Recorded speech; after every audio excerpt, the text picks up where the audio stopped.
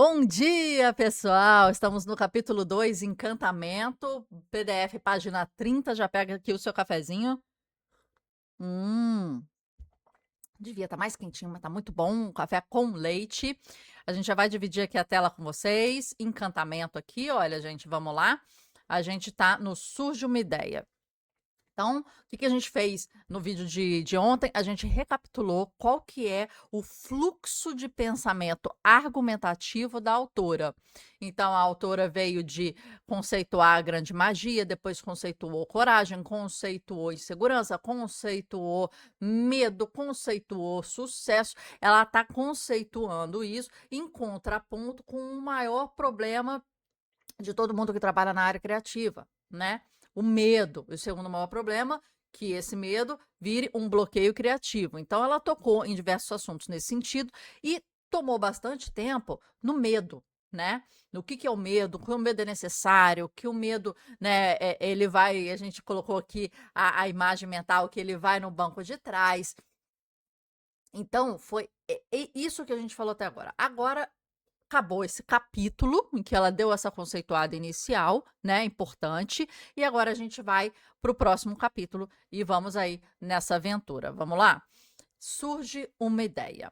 E vocês sabem que Elizabeth Gilbert é a de comer, rezar e amar, né? Então ela trouxe a história da vida dela, os medos, as inseguranças, os sucessos, as incertezas, para contar num livro, que depois virou um filme interpretado pela Julia Roberts. Seria interessante se você pudesse, enquanto a gente lê, esse é um exercício que a gente sempre faz aqui na comunidade, você começar a pegar algo mais de referência dessa escritora. Então, ela tem o Comer, Rezar e Amar. Já viu? Não viu? Já viu há muito tempo? Quer rever? Reveja. Se a gente está lendo esse livro juntos, você revê esse filme. Ela tem uns 2 ou 3 palestras no TED Talk. Coloca lá em português, se você não sabe inglês, e veja, ela fala sobre criatividade, né? Ela tem um livro depois desse aqui, já pega para você ler em sequência. Quando a gente lê um livro só de um autor, é uma experiência muito pobre, porque a gente tem uma experiência só com aquele autor. A gente começa a entender o autor, a entender o contexto, a argumentação, quando a gente vai além. E a gente consegue ir além, assim, vendo palestras, podcasts, se a pessoa for viva, material, biografia, tem muita coisa que você pode ver sobre esse autor, né? Eu vou pegar assim Dostoiévski, né? Então você pode ler aqui, olha, O Idiota, tá aqui, ó. O Idiota, O Crime e Castigo. Aí aqui embaixo tem Noites Brancas, tem o Caderno do Subsolo, né? Que eles colocaram o nome Caderno do Subsolo. É... Então, assim, você amplia o seu repertório frente à argumentação do autor. Então, essa seria uma boa oportunidade de você rever o filme, ou depois aqui ler o próximo livro dela, ou ver as palestras dela no TED Talk, tá? TED-TALK, TED Talk. Coloca em português e vai assistir. Então, esse é o movimento que a gente sempre faz para deixar as coisas mais ricas. Vamos lá? Agora que já falamos sobre o medo, podemos finalmente falar sobre magia. Então, olha aqui, ela atrelou uma coisa, ela falou assim: tem que tirar isso da minha frente. Adressamos o medo, que é uma coisa que todo mundo tem, entendemos, falamos. Ok, agora a gente pode começar. Então, é como se ela estivesse falando isso agora. Vou começar lhe contando a coisa mais mágica que já me aconteceu. É sobre um livro que eu acabei não escrevendo. A história começa no início da primavera de 2006. Eu tinha acabado de publicar Comer, Rezar e Amar. Olha como é que faz tanto tempo, né, gente? Meus instintos me diziam que era hora de voltar às minhas raízes literárias e escrever um livro de ficção, algo que eu não fazia há muitos anos. Na verdade, fazia tanto tempo que eu não escrevia um romance que eu estava com medo de ter esquecido completamente como fazê-lo, de não saber mais falar a linguagem da ficção. Mas tinha uma ideia para um romance, uma ideia com a qual eu estava muito empolgada. Uma ideia que se baseava na história do meu namorado, Felipe, que havia contado certa noite a respeito de algo que aconteceu na década de 60, em seu país natal, o Brasil. Então, para quem viu o livro, ou viu o filme ou leu o livro dela, de Comer, Rezar e Amar, ela termina namorando um brasileiro que não mora no Brasil, né? Mas então é esse Felipe aí que aconteceu. Aparentemente, o governo brasileiro teve a ideia de construir uma rodovia gigantesca que atravessaria a floresta amazônica.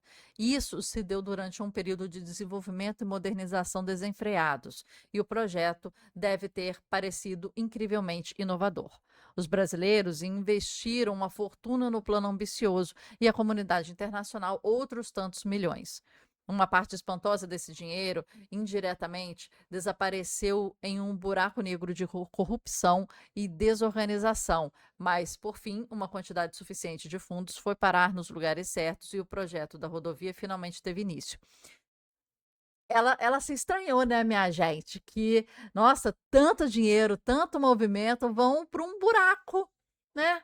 Coisa que aqui a gente está muito acostumado. A gente falou do medo que é muito presente aqui, e às vezes em outros países nem tanto, ou em outras cidades, ou lugares, ou estados nem tanto.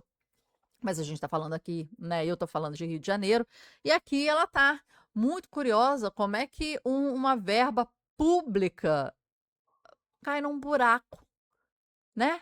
No Brasil a gente vê isso o tempo todo. É a corrupção o tempo todo, dentro de Petrobras, dentro dos Correios, os números, os dados, esses políticos saqueiam mais do que fazem qualquer coisa. E quando fazem, é para calar a boca, é para dar início.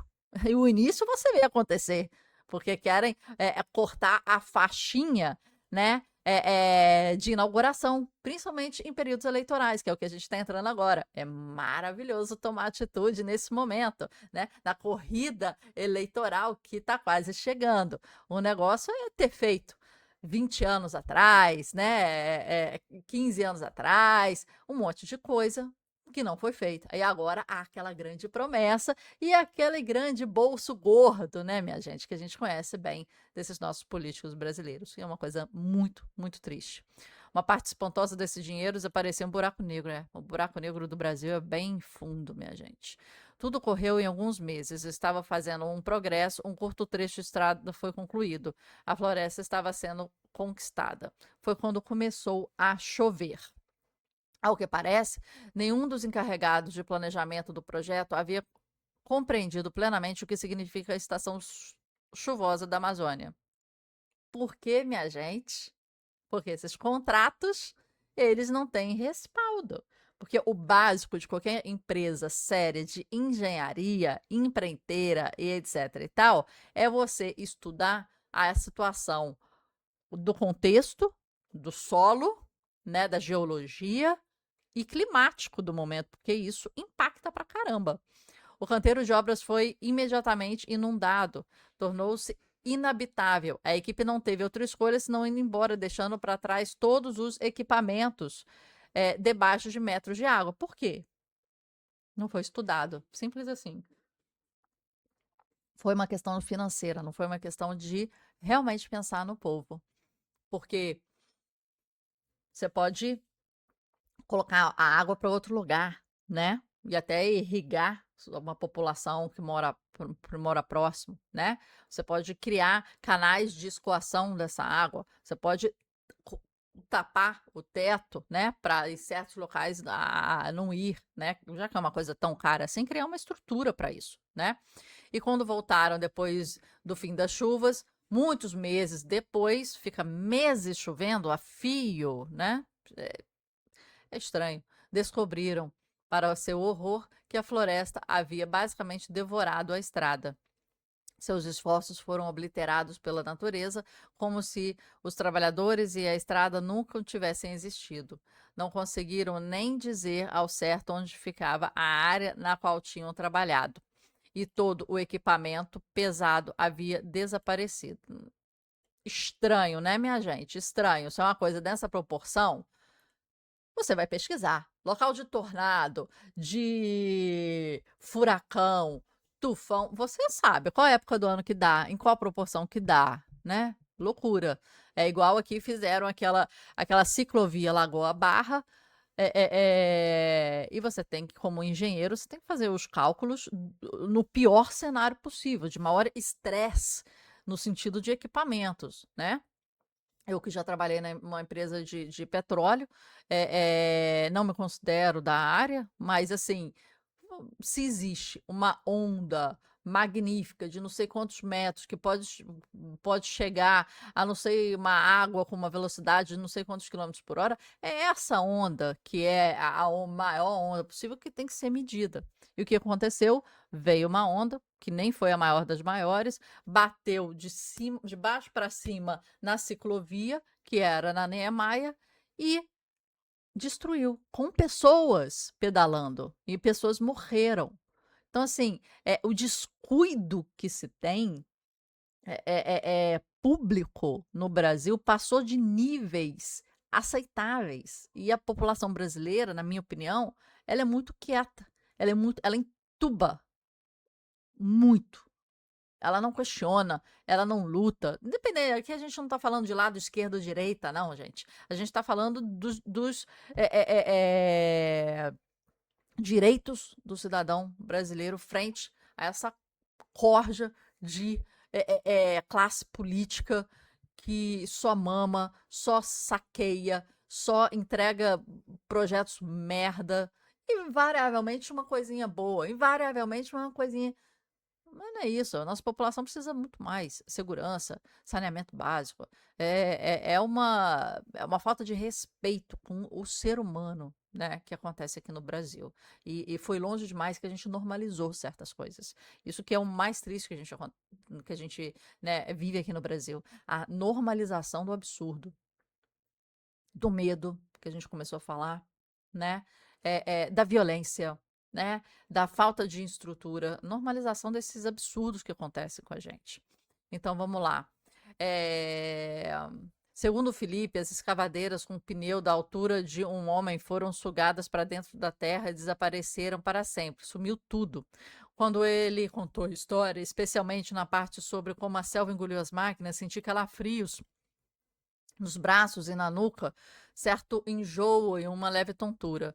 Foi como se eu tivesse me apaixonando ou como se eu tivesse acabado de receber uma notícia alarmante ou estivesse à beira do princípio, olhando para algo lindo, fascinante, mas ao mesmo tempo perigoso. Já havia experimentado esses sintomas antes e não soube imediatamente o que estava acontecendo.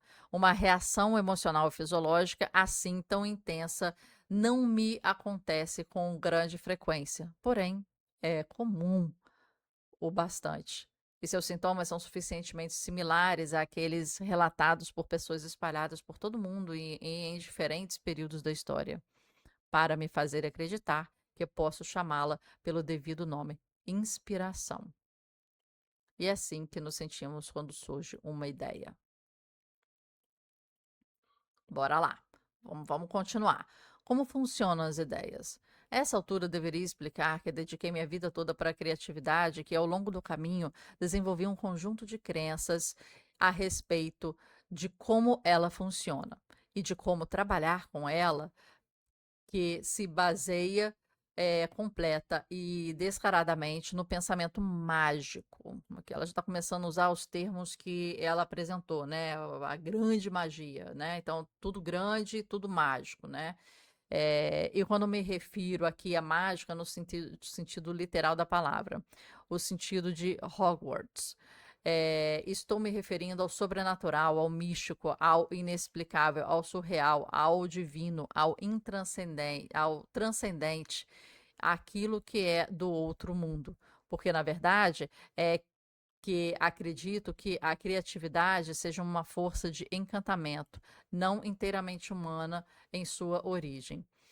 Estou ciente de que esta não é uma maneira particularmente moderna ou racional de ver as coisas. Sem dúvida, não é científica. Outro dia mesmo ouvi um respeitado neurologista dizer em uma entrevista: o processo criativo pode parecer mágico, mas não é.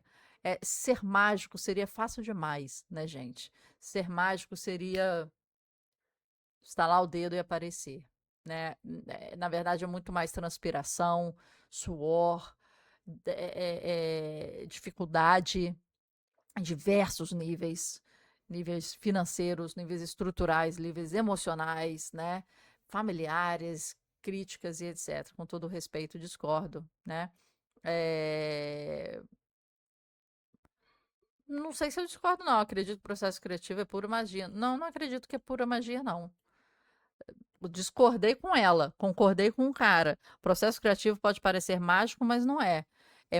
Para mim não é. Vamos ver o que ela argumenta aqui, mas já estou discordando com a autora. E isso é importante. E quando você faz escreve algum comentário, né, que a gente pode escrever aqui, de repente, ó, tá vendo? É, discordo, porque então aí você vai escrever, ó. É importante você nas suas anotações, você conversar com o autor. E é importante você discordar do autor, né? Eu estou discordando aqui. Para mim, é trabalho, é suor, né? E a magia, se ela acontece ao final. Mas você nem percebe, dado tanto trabalho, tanta entrega, tanta, né, que você fez. Pois eis no que escolho acreditar a respeito de como funciona a criatividade. Acredito que o nosso planeta é habitado não apenas por animais, plantas, bactérias, vírus, mas também por ideias. Mas isso aí não tem nada a ver uma coisa com a outra, né? Tá. Nosso planeta é habitado por ideias, mas é melhor falar que nossa mente é habitada por ideias, né? Nosso planeta é habitado pela concretização de algumas ideias que conseguiram nascer. Eu acredito nisso, mais do que ela está falando. Essas são uma forma de vida energética e corpórea. São completamente separadas de nós, mas capazes de interagir conosco. Ainda de um modo estranho, as ideias não têm um corpo material, mas têm consciência e certamente têm vontade própria. São movidas por um impulso, o de se manifestar. E a única maneira pela qual a ideia pode se manifestar em nosso mundo é por meio da colaboração com o parceiro humano. Ela só pode ser escoltada no nível do etéreo para o reino da realidade através do esforço humano. Como é que ela sai do humano? Aqui ela está falando como é que ela sai de você para virar realidade, né? No nível do etéreo, escoltada do nível do etéreo, quer dizer, do etéreo. Etéreo é algo que você não consegue tocar, né? É abstrato. É a ideia aqui dentro, tá? Então ela sai do nível do etéreo, da ideia somente, de que você não toca, você só imagina, pensa e etc., para o reino da realidade. Então ela sai daqui para cá através do esforço humano. Ok, isso aí a gente concordou, exatamente.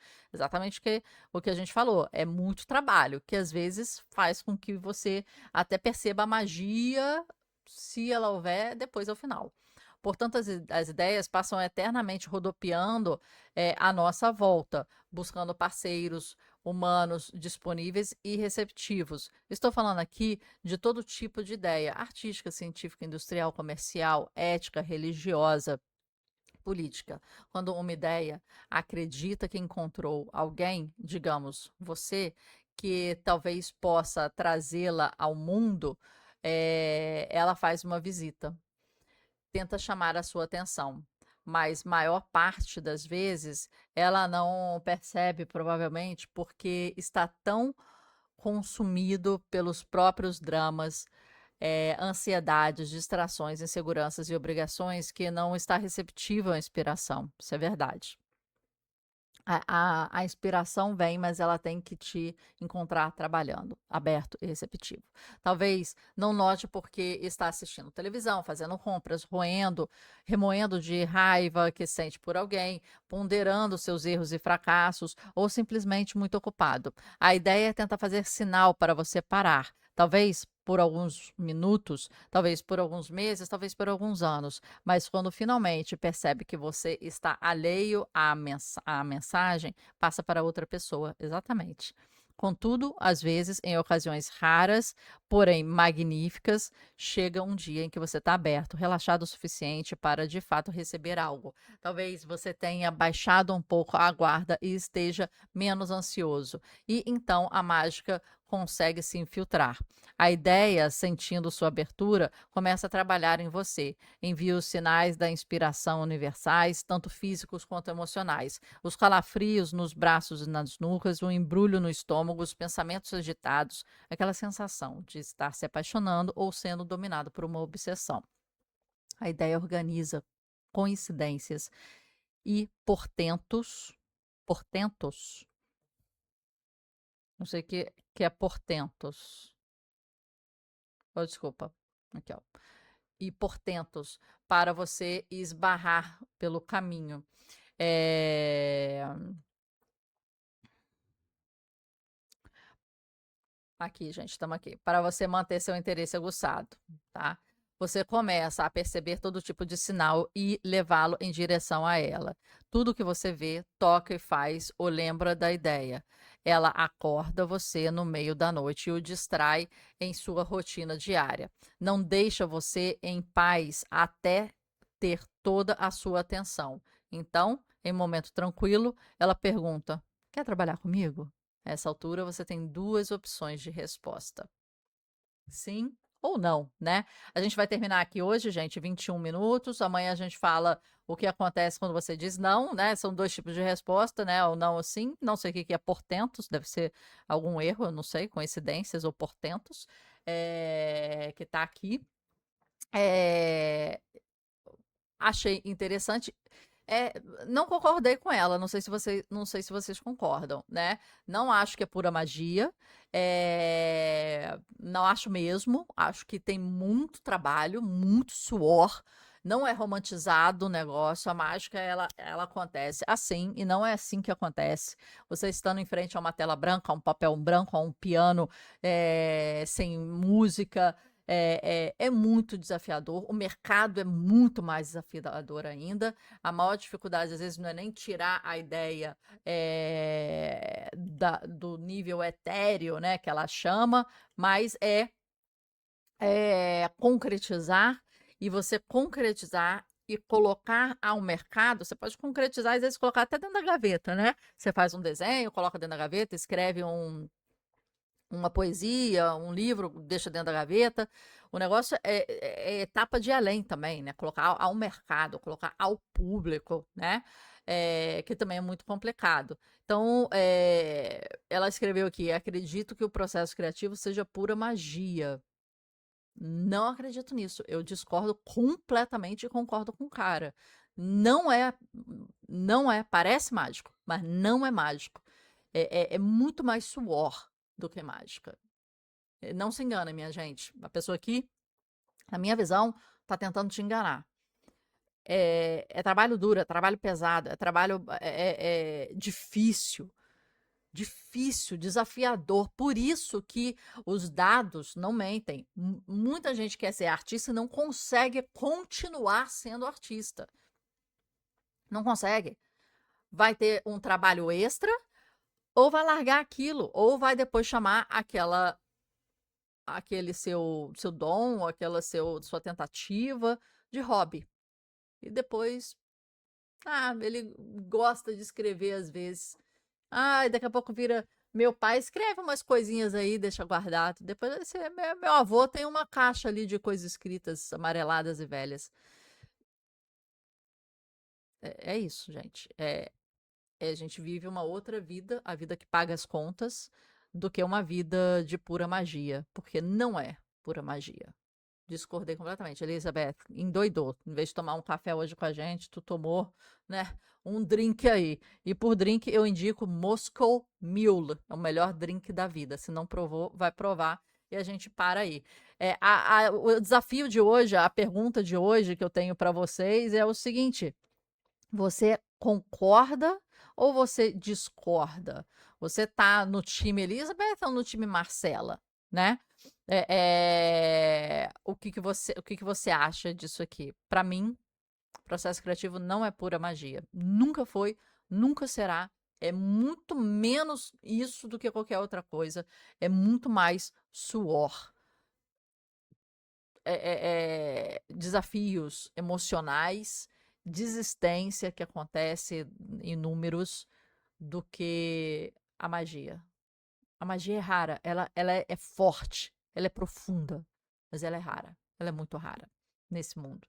Então, é isso, minha gente. Até amanhã. Me fala se você concorda ou não concorda. Esse é o seu desafio de hoje, pensar nisso, pensar assim mais profundamente nisso, realmente, porque é como você encara o seu fazer, o seu ofício, se você é artista, se você trabalha com a área de criatividade. É difícil, tá? Então, até amanhã.